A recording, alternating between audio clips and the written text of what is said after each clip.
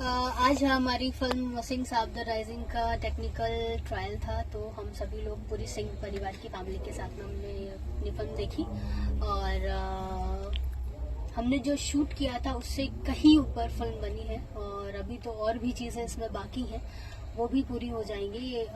मुझे बहुत अच्छी फिल्म लगी है जी। गीता जी, आपने फिल्म देखी, आपका कैसा अनुभव रहा है?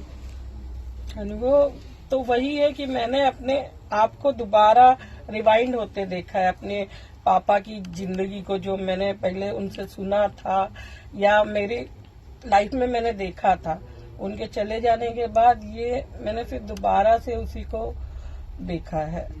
तो अब क्या बोले, अब जब भी उनकी याद आएगी तो मुझे ये मूवी लगा के देख के उनकी कमी को पूरी तो नहीं हो सकती, लेकिन उनकी यादें फिर से मेरे जहन में जिंदा हो जाएंगी। ये कैसे मूवी देखते देखते आप काफी भावुक भी हो गई थी, आप बाहर चली गई थी। एक सीन जब शुरू हुआ था तो आप बाहर चली गई थी। कौन सा सीन था जो आप नहीं देखना चाहती? वो था मेरी मम्मी की, जब वो उनका अंतिम सीन था, उसके आने से पहले ही मैं बाहर चली गई थी, क्योंकि मैं नहीं चाहती थी। मुझे पता था कि एंड के सीन में भी अपने आप ही आंसू आ जाएंगे, तो मैं इंटरवल से ही रोना नहीं चाहती थी, क्योंकि बाकी की मूवी लोग नहीं देख पाते, इसलिए मैं बाहर निकल गई थी। और बस बोल नहीं पाऊंगी उस सीन के बारे में।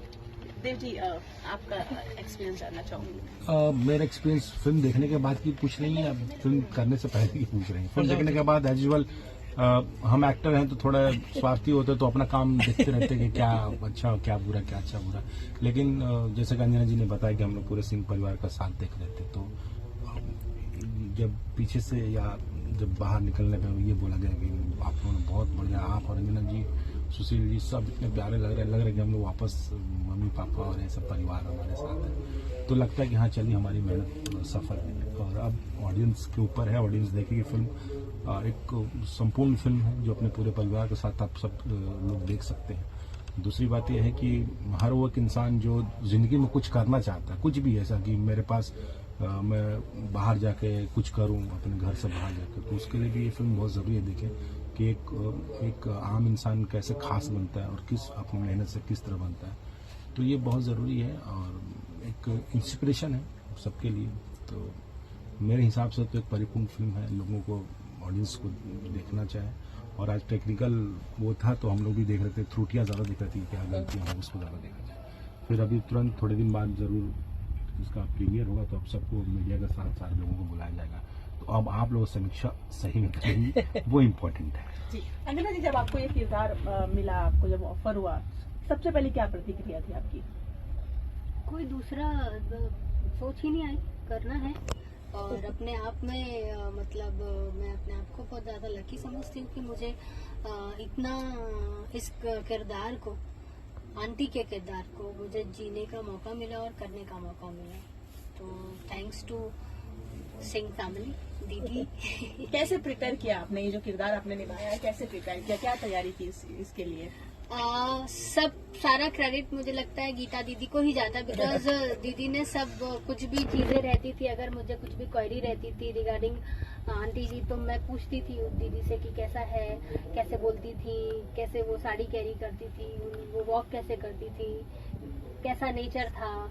ये हम लोग, दीदी हमेशा सेट पे ही रही और उन्होंने जब भी हमारे सीन रहते थे तो हम लोग डिस्कशन करते थे कि हम ऐसा कर रहे हैं, ऐसा करें क्या, तो बोलते नहीं नहीं ऐसा ये नहीं करते थे, ये ऐसे साड़ी नहीं पहनते। तो वो मतलब हर अपनी चीज को और परफेक्ट करने के लिए, मेरे किरदार को और परफेक्ट करने के लिए मैं अपने डायरेक्टर को भी, दीदी को, देव को, सभी को बहुत थैंक यू बोलती हूँ।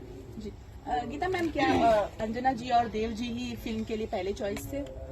अंजना जी तो थी, देव भैया को, देव भैया ने बताया कि हम देव भैया को लेना चाहते हैं। मैं इसके पहले देव भैया से मिली नहीं थी, लेकिन जैसे ही फर्स्ट टाइम मिली मैं अपने ऑफिस में इनसे, तो उसके बाद में उदय भैया ने बोला कि देव भैया, मैंने हाँ डन कर दिया। और उन्होंने इतना अच्छा काम किया है कि सोच ही नहीं सकते थे कि कोई और कर पाएगा ऐसा।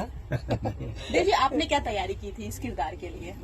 तैयारी कोई स्पेशल तो नहीं की थी, लेकिन क्योंकि मैं सिंह साहब के से न कभी मिला था, न बहुत कुछ उनके बारे में जानता था, जब ये हो गया कि मैं ये रोल कर रहा हूँ तो सबसे पहले मेरे जो डायरेक्टर हैं धीरज पंडित जी, उनकी स्क्रिप्ट उन्होंने लिखी हुई स्क्रिप्ट थी, मैंने उनको पढ़ा और उन्होंने एक चीज़ बहुत अच्छी बोली थी कि आप स्क्रिप्ट पढ़ो, बाद में कैरेक्टर बनाना है, कैरेक्टर को समझना है। तो मैंने स्क्रिप्ट पढ़ी, सीन्स पढ़े और मुझे लग रहा है कि नहीं कहीं ना कहीं मैं उससे रिलेट करना शुरू हो गया। और जब सेट पे गया तो फर्स्ट डे तो दाढ़ी वाड़ी बड़ी हुई थी, फिर जो मैं सेट में जिस दिन नहीं बीच का नहीं बोलो, तो सेट पे मैं जब गया तो मैं खुद लुक लेके जब मैं पहुंचा सेट पे तो गांव के एक बाबा है और उन्होंने मेरे को देखते ही बोला अरे सिंह साहब आवेगा। तब मुझे लगा कि शायद मैं कैरेक्टर तो चलो अब हो गया, क्या है कैसे है किस तरह है। तो कुछ वीडियोस मैंने दीदी से मंगवाई थी, तो वो वीडियोस मैंने देखे थे, उनके बोलने का तरीका, थोड़ा उठना बैठने का, तो इस तरह मैंने तैयारी शुरू हुई। और साथ साथ में मेरा सीन पहला मेरे साथ था तो थोड़ी हिम्मत और मिल जाती है, इनके साथ मैंने पहले भी काम करा है इनके साथ। तो इस बार लेकिन इनके साथ हीरो वाला रोल था, पति पत्नी का, तो मैंने पहले ही इनको बोल दिया थोड़ा संभाल लीजिएगा। तो ये इनका तो होता है अच्छा, ये तो वही होता है कि इनको लगता है मैं इनको तंग कर रहा हूँ, मैं बार बार बोला देखिए अच्छा किया, अच्छा तो किया मैं एक बार की, तो वो अच्छा है, इनका सपोर्ट काफी रहा। खास करके हम लोग कई सीन तो इतने प्यारे थे जो हॉस्पिटल्स के सीन थे या कुछ भी, मैं सच बताऊं मैंने एफर्ट लगाया नहीं इसमें, सब अपने आप होता गया। ऐसा लग रहा था कि सिंह साहब भी सब करवा रहे मेरे से। और इसमें मेरी पूरी टीम, जो सिंह साहब की पूरी टीम है, हमारे डायरेक्टर हैं, हमारे प्रोड्यूसर्स हैं, दीदी हैं, संजू भैया थे, जितने हमारे वहाँ टीम के थे, वहाँ के लोग, पूरे गांव के लोग, इवन इनके जितने वहाँ जितने एम्प्लॉय थे, सब बेचारे बहुत वो हमारे साथ जुड़े हुए थे।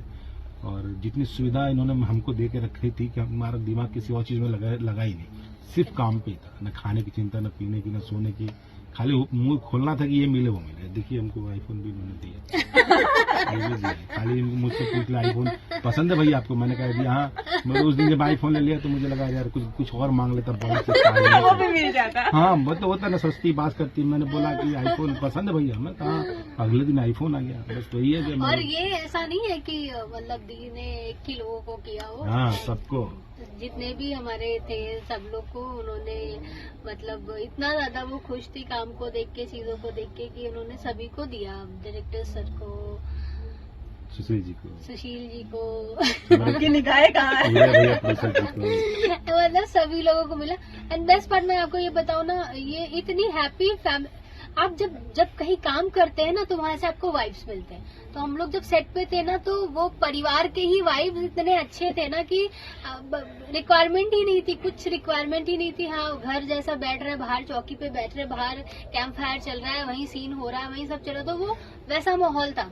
बेस्ट पार्ट हम अपने डायरेक्टर की भी बोलेंगे, हालांकि मेरा उनका गर्मा गर्मी हो जाता था जस्ट, और वो होना भी चाहिए। सी क्या है, कभी कभी हम हर चीज के लिए एग्री नहीं करते, कभी कभी डायरेक्टर हर चीज के लिए एग्री नहीं करते। वो एक sweet and hot talk type का था, ऐसा कुछ नहीं कि मुझे उनकी रिस्पेक्ट है या उनको नहीं है। तो वो इतने हंसमुख और खुश मिजाज इंसान थे कि उन्होंने भी अपने एक्टर्स को फ्री छोड़ रखा था कि पहले आप करो, कुछ कमी होगी तो आई एम देयर। तो फिर अगर हम अच्छा करते तो ओके टेक कर, नहीं करते थे तो फिर वो बोल देते नहीं इसको ऐसे नहीं, फिर ऐसे करिए। फिर अगर हम सेटिस्फाई नहीं है या हम कन्विंस नहीं हुए तो फिर मैं 4 सवाल पूछती थी। उनका एक शब्द आता था परमानंद। हाँ, जब शॉर्ट होता परमानंद, हाँ, बहुत बढ़िया, तब हमको लगता है टेक हो गया, ओके। ओके हो तो गया। फिर अगर आपका भी मन हो गया एक और करे तो बस परमानंद के बाद कोई आनंद नहीं है, बोले ये डन है, बहुत बढ़िया भी नहीं। कभी कभी तो एक सीक्वेंस में ऐसा हुआ कि कुछ बोले तो मैं भी नाराज हो गया, अरे भाई बताओगे कुछ और, बोले अब तो मुझे लग रहा है कि सिंह साहब ही चलो, तो मैं क्या बोलूं, मैं कहा ना बोलो, परमानंद सुनने के कान ऐसे हो गए। तो और दोस्त भी हैं तो फैमिलियर क्या माहौल होता है था। ना, टोकना भी इम्पोर्टेंट बहुत। है। आप ऐसा नहीं कि हाँ ठीक है हमने इतना ही शायद सोचा, हमने भी अच्छा ही सोचा, लेकिन हमने शायद इतना ही सोचा हो, लेकिन हो सकता है आपका ओपिनियन वो उस चीज को इतना बड़ा बना दे, माई परफॉर्मेंस को, तो वो हमेशा वेलकम रहता है कि हाँ मिलना चाहिए। आखिरी सवाल है मेरा, गीता जी कब तक रिलीज होगी फिल्म? जैसे कि अंजना जी ने बताया, उदय भैया भी बोल रहे हैं कि बहुत जल्दी, बहुत कम दूरी रह गई रिलीज में, और डेट अनाउंसमेंट हम लोग बहुत जल्द करेंगे। और अभी डेट डिसाइड नहीं है, जैसी डेट डिसाइड होती है, क्योंकि बहुत ज्यादा समय बचा नहीं है, एग्जैक्ट डेट क्या है वो हम लोग आपको जरूर बताएंगे। Thank you so much. Thank you. Thank you. Thank you. Thank you.